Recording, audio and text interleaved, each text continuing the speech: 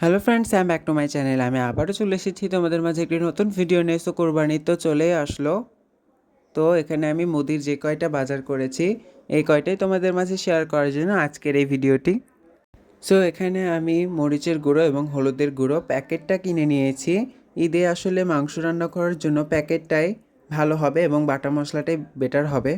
আর এখানে নিয়েছি 4 প্যাকেট লাচ্চা সেমাই। যেহেতু লাচ্চা সেমাইটা আমার খুবই পছন্দ, এজন্য আমি 4 প্যাকেট নিয়েছি এখানে। এবং আমাদের বাসায় যেই সব বাচ্চারা আছে তারা মিষ্টি জাতীয় জিনিস পছন্দ করে না, ওদের জন্য নিয়েছি বড় 1 প্যাকেট ম্যাগি নুডলস এবং ছোট 4 প্যাকেট কোকোলা নুডলস নিয়েছি।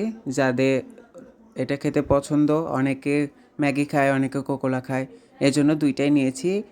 এবং নিয়েছি মুরগির মাংসর মশলা, কারণ কোরবানি হতে হতে তো অনেক দেরি, ততক্ষণ সকালে মুরগির মাংসটা রান্না করব।